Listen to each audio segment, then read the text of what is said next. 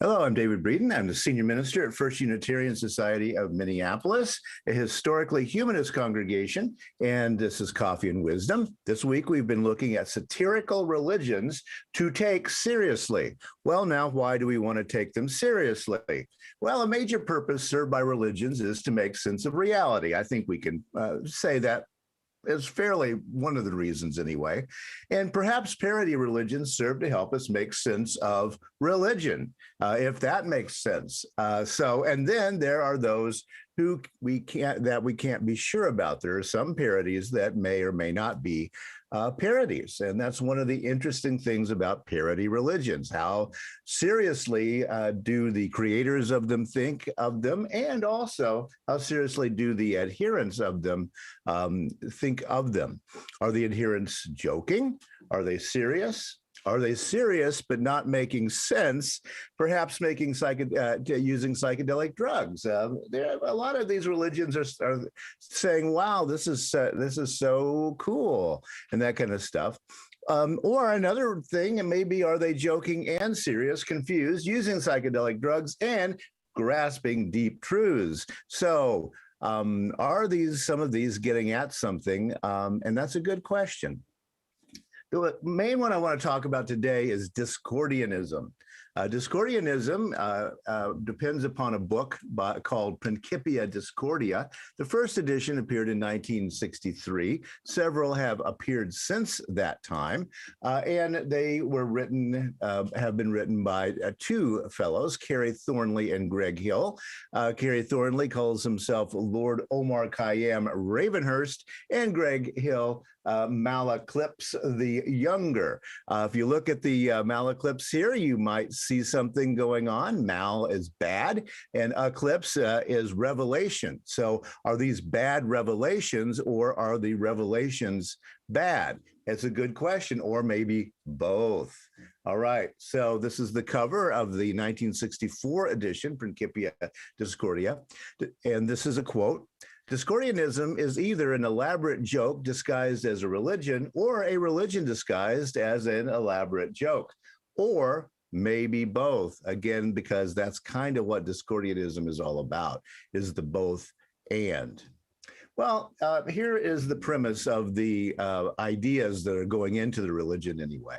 So Eris was indeed a Greek god of strife and discord, and they in Discordianism call that the eristic principle. The anaristic principle is about order.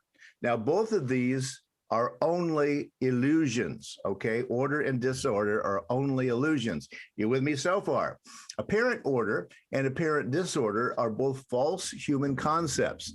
Neither actually exist. So that's the basis of where we're starting at with this religious idea anyway. So the Principia Discordia says this: in the beginning was the void. The void had two daughters.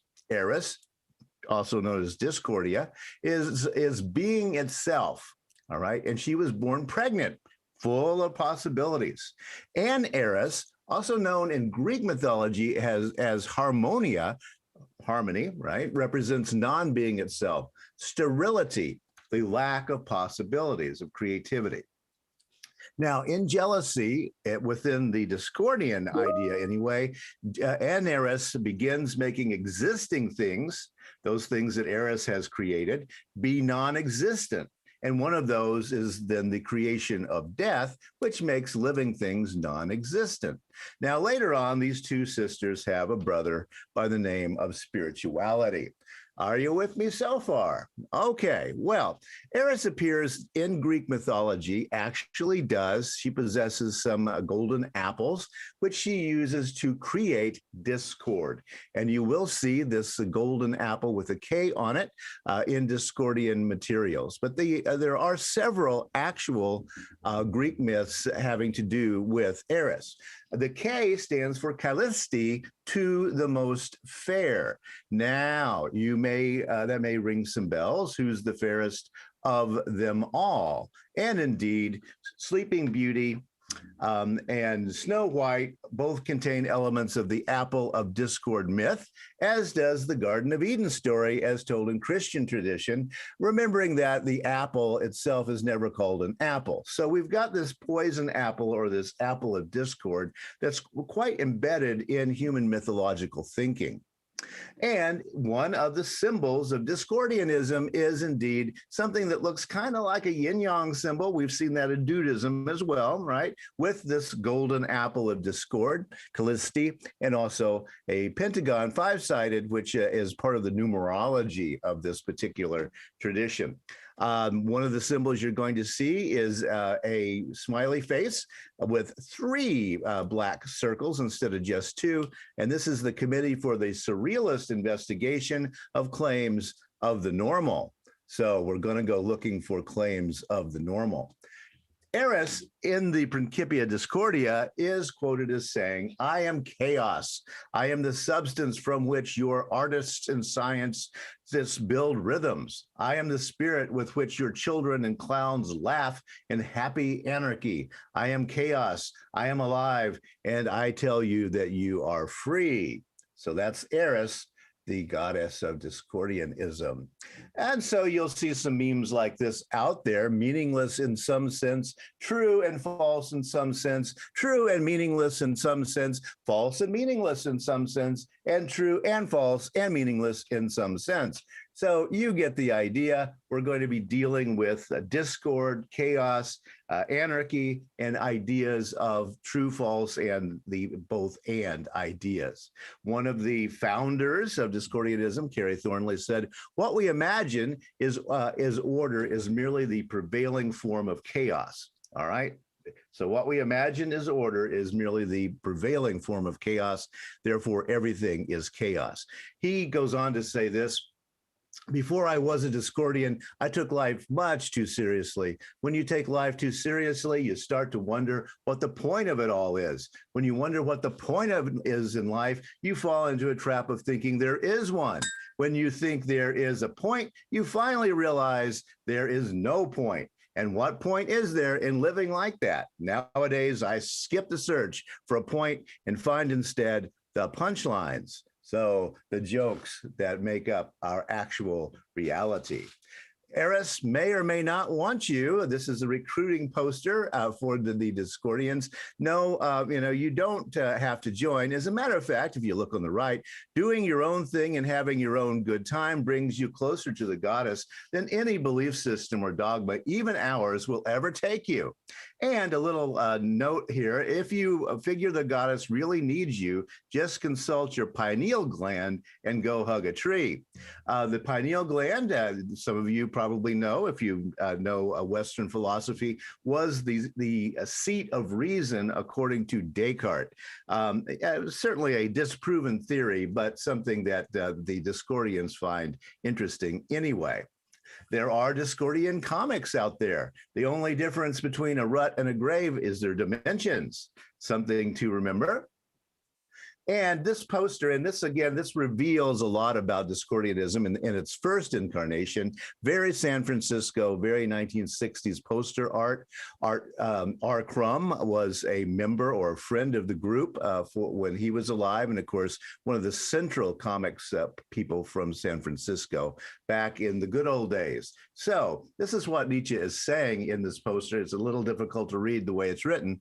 For art to exist, for any sort of aesthetic activity or perception to exist, a certain physiological precondition is indispensable: intoxication. Now, what kind of intoxication is then the Nietzschean question? Terence McKenna, who is often known as a psychonaut, certainly part of the San Francisco psychedelic drug scene of the 60s and 70s, says, my technique is don't believe anything. If you believe in something, you are automatically precluded from believing its opposite. And that is the central idea of Discordianism. If you pick chaos or order, guess what? You're missing on both counts. Just wait until conspiracy theorists discover they're part of a conspiracy to use conspiracy theorists to spread disinformation via conspiracy theories. Contemporary Discordian meme that you too can pass around on your social media feeds. Just something to think about. Well, there are Discordian saints. The biggest Discordian saint is Norton First, the Emperor of the United States. He was a very eccentric a guy living in San Francisco in the late 19th century. He declared himself the Emperor of the United States, and even, as we see in the lower bottom there, issued checks for coin of the realm, for this one for 50 cents. One of those great street characters that American cities are often known for. You can read Discordianism for Dummies, or can you? Is it a real book or is it not? You'll have to go looking for yourself. The bearer of this card is a genuine and authorized pope. So please treat him right. Good forever, genuine and authorized by the House of Apostles of Eris. So everybody on earth has been declared a pope according to Discordianism. And you can freely reproduce this and hand it out if you so choose. There are lots of art, things like this, using American popular culture and putting in Principia Discordia or various symbols from Discordianism. It's quite the little industry on the internet these days. And again, the original material comes very much from the San Francisco comics scene of the 1960s. This edition here definitely points that out. You can see the effect of R. Crumb and comics of that era. This over on the right side is a page out of one of the books. And again, it reveals the ideas of the early Xerox artists when photocopiers were first available. Also, you'll notice something else about this. If you look at the top, the Bavarian Illuminati. The Discordians blame anything that happens on the Bavarian Illuminati. They are the great conspiracy people of the world. And of course, they don't mean it for a moment. There is no Bavarian Illuminati, or is there? Also, Discordianism has invented a couple of words, one being Fnord. Fnord is when this word appears, according to this belief system, the word subconsciously generates a feeling of unease and confusion, preventing rational consideration of the text in which it appears. So next time you are confused by a text, you may just have seen Fnord, but of course you can't see it. That is part of the truth of the symbol in printed works. Well, this idea certainly got its biggest boost from a 1985 book that refers to Discordianism quite a bit by Robert Shea and Robert Anton Wilson, well known as science fiction writers. And the Illuminatus trilogy is indeed 3 books that did come out separately and then were later published together, which is how you find them in the bookstores today. This book is considered very, very weird and strange. And are they joking or are they not? And also, it indicates the close connection between speculative fiction, science fiction, and all the Discordian ideas that are floating around. One of the authors of that book, Robert Anton Wilson, says a Discordian is someone who sees windmills and thinks they might be giants. So there you go. Someone who is out there like Don Quixote finding the truth or not. Well, if you find those intriguing, yes, you can subscribe to the newsletter. And I'm sure just about all of the satirical religions have newsletters that you can sign up for. And you can even sign up for the newsletter for First Unitarian Society at our website. And be on the lookout for rising religions, because in the days we live in, these ideas can get out there very quickly and spread around. So you too may want to become part of the next new thing, which I don't know, it might be something about Breaking Bad. I just don't know, but I know that there will be another satirical religion on the rise. Thanks for listening this week. Next week, we'll be dealing with self and other religious ideas, philosophical ideas about what is me, what is you, what is us, what is them, what is I, what is thou, etc., etc. And of course, listen in to First Unitarian Society this Sunday at 10:30 a.m. Central Time, when one of our assistant ministers, Kelly Clement, will be speaking. And see you then, and I'll see you next week. Thanks a lot.